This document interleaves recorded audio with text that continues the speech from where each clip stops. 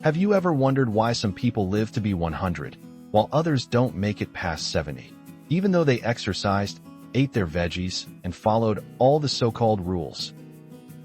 Well, let me tell you something that might surprise you. It's not just about jogging 5 miles a day or hitting the gym until your knees give out. In fact, there's a quiet, often overlooked truth about longevity that most doctors don't talk about.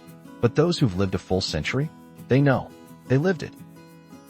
In this video, we're going to explore a few powerful reasons why some people reach 100 with a clear mind and a strong heart, without needing to lift weights or run marathons. These aren't gimmicks. They come from wisdom, science, and stories you won't forget. Now, before we dive in, let me ask you something. Do you believe living longer is more about the mind or the body? Drop your answer in the comments. I read them all, and I want to know what you think. And if you're someone who still believes life after 60 is full of growth, purpose, and new beginnings, go ahead and hit that subscribe button. You belong here. All right, let's begin. Number 1. Strong social ties are stronger than dumbbells. Let me take you back to 1976, a quiet little town in Pennsylvania called Roseto. Now, Roseto wasn't special on the surface. People there ate meat, they smoked cigars, they drank wine. Heck, their diet wasn't what any doctor today would call heart healthy. But here's the kicker. For over 30 years, almost no one under the age of 55 died of heart disease in Roseto. That was unheard of in America. So what was going on? Researchers from the University of Oklahoma came in, scratching their heads. They tested cholesterol levels. They looked at exercise habits. They checked for clean air, good water, you name it. Nothing stood out, except one thing. The people of Roseto lived together. I mean really together. Multi-generational homes. Neighbors who dropped by unannounced. Daily chats on the porch. Sunday dinners that never missed a beat. There was always someone to lean on. They had community. They had connection.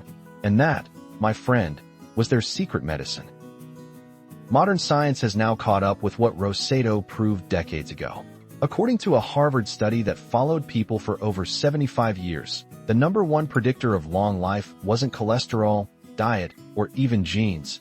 It was the quality of their relationships. Not the quantity, the quality. People who felt truly connected lived longer, happier, with fewer health problems. Let me ask you something. Who do you call when you're feeling low? Who checks in on you just because? Take a moment, reflect, and if someone came to mind, why not give them a call after this video? And while you're here, leave a comment below and tell me, what's one relationship in your life that keeps you grounded? Because if we're going to live long, we sure as heck shouldn't live alone. Number 2. Purpose adds years to your life, literally. Picture this. A retired man in his early 70s wakes up at 6:30 a.m. every day. Not because he has to, not because of habit, but because he wants to. He grabs his old canvas bag, heads to the local elementary school, and greets every child by name as they walk in, rain or shine. His name is Sam. No family nearby. Widower. Limited income. But you wouldn't know it by the light in his eyes. You'd think he had everything.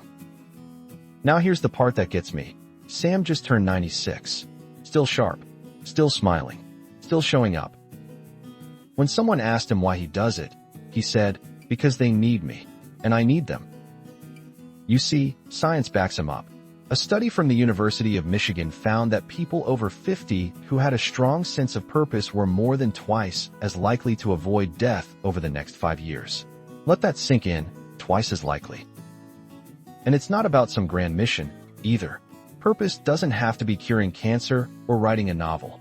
Sometimes it's about walking your neighbor's dog, teaching your granddaughter to cook, showing up for someone, even if it's just once a week. When you feel needed, you give your body a reason to stay. Your heart beats with direction. Your brain stays active. And your spirit? It lights up. So, let me ask you, what gives your days meaning? Is it your garden? Your faith? A friend you check on every morning? Share it in the comments. I want to know what gets you out of bed in the morning. And if this part struck a chord with you, take a second to like the video. It tells me to make more stories like Sam's. Now, what if I told you the next secret has nothing to do with what you do, but how you see the world? Number 3. Your mindset can save or shorten your life. Let's imagine two people. Both are 70 years old. Both are retired. Both have a few aches, a few pills, and a pair of reading glasses. But here's where things start to split. The first wakes up thinking, I'm old. I'm slowing down. I probably shouldn't try anything new. He watches the news, worries about his health, declines invitations, and says, that's for the young folks. The second one wakes up and says, I've still got time. I want to try that painting class. I might take a road trip. Maybe I'll finally learn to play piano. He keeps showing up, trying, laughing, failing sometimes, sure, but living. Fast forward 10 years. Who do you think is still around? It might seem like a silly question, but researchers at Yale found that people over 50 who hold a positive view of aging live on average 7.5 years longer than those who see aging as decline and decay. 7.5 years. That's more than quitting smoking, more than exercising daily, more than losing weight. Your thoughts, your quiet little beliefs about getting older, are shaping your biology. A positive mindset reduces stress hormones. It improves immune response. It even slows down memory decline. Your cells, your heart, your brain, they're all listening to what you think about your own aging. Now I know some of you might be thinking, easy for you to say, but I've been through a lot. And I hear you. Life can be cruel, but the point isn't to ignore pain. It's to remember that aging isn't the end. It's another chapter, and you get to choose how that story unfolds. So, here's what I'd love for you to share in the comments. What's one thing you still want to try, no matter your age, big or small? Let's inspire each other. And if you're enjoying this, don't forget to subscribe, because this community, we believe in living, not just lasting. Want to hear something that might shock you next? It's a stat, one that might change the way you see your daily routine forever. Number 4, too much sitting isn't the problem, too much loneliness is. Here's a number that might stop you in your tracks. According to a recent report from the U.S. Surgeon General, chronic loneliness increases your risk of early death as much as smoking 15 cigarettes a day. 15. Now think about that for a moment. You could be eating kale, walking daily, taking all the right pills, but if you're going to bed each night feeling invisible, unheard, or forgotten, your health knows it. Your body feels it. Loneliness isn't just an emotion. It's a biological stressor. It raises your blood pressure. It weakens your immune system. It triggers inflammation. And over time, it chips away at your heart, not just emotionally, but literally. And here's the sad part. In a country as big and loud as the US, millions of older adults feel completely alone. The phone doesn't ring. The holidays are quiet. And the silence becomes suffocating. But here's the good news. This isn't irreversible. One genuine connection, a neighbor you wave to, a volunteer group, a book club, even an online forum, can start to shift things. It's not about being surrounded by people. It's about being seen, being known. You might be thinking, but I'm not good at meeting new people. That's okay. Start small. Ask someone a question. Offer a compliment. Join a group with a shared interest. Or, hey, leave a comment here and tell us what helps you feel less alone. Maybe your words will help someone else who's scrolling through in silence. And if you've ever battled with loneliness, you're not weak. You're human, and you deserve connection just as much now as ever before. If this part of the video speaks to you, don't scroll past it. Drop a comment. Let someone reply. You never know the power of one simple exchange. Ready for the final, perhaps most surprising piece of this longevity puzzle? Number 5, movement matters, but not the way you think.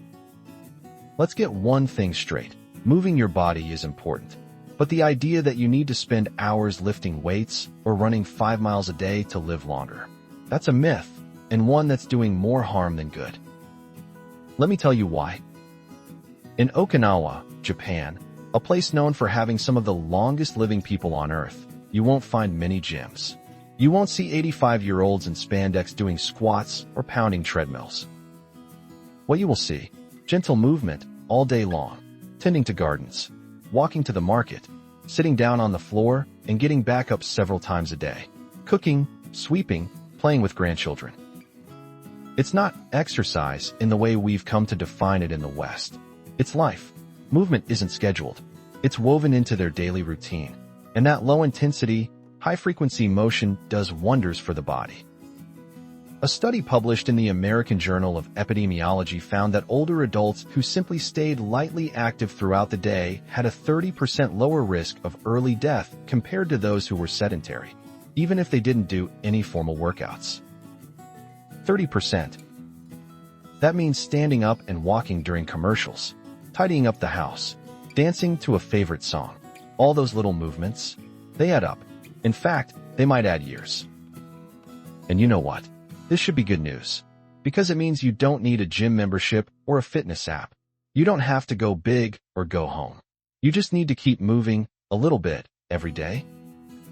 Let me ask you this. What's your favorite way to stay active without calling it exercise? Share it in the comments. You might give someone else an idea they'd actually enjoy. And if you've been sitting for a while watching this video, stand up for a second. Stretch.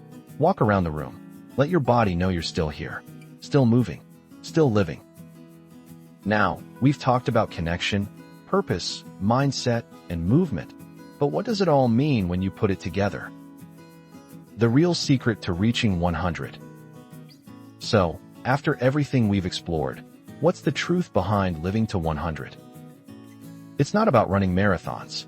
It's not about counting every calorie or memorizing the latest supplement trends. The real secret? It's how you live. And who you live it with. Strong relationships, a sense of purpose, a mindset that embraces aging, daily movement that feels natural, and above all, the courage to stay connected to life, to others, to yourself. Longevity isn't found in a pill bottle or a strict routine. It's found in the ordinary, sacred rhythms of daily living. Now, I want to speak directly to you. If you're watching this, you're still in the game. You've still got something to offer. Whether you're 60, 75, or 90, you're not done yet. Your story is still unfolding, and how it ends is up to you. So, let me ask one final question. If you knew you had 20 more years ahead of you, what would you do differently starting today? Leave a comment. I mean it. I want to hear from you. And if this video spoke to you, even just one part of it, hit that like button. It helps more people find this message. People who need to hear that their life still matters. And don't forget to subscribe, because here, we don't chase youth. We honor age. We don't fear the years, we earn them. Until next time, keep moving, stay connected, and never stop becoming who you were meant to be. You've still got time. And I'll be right here with you.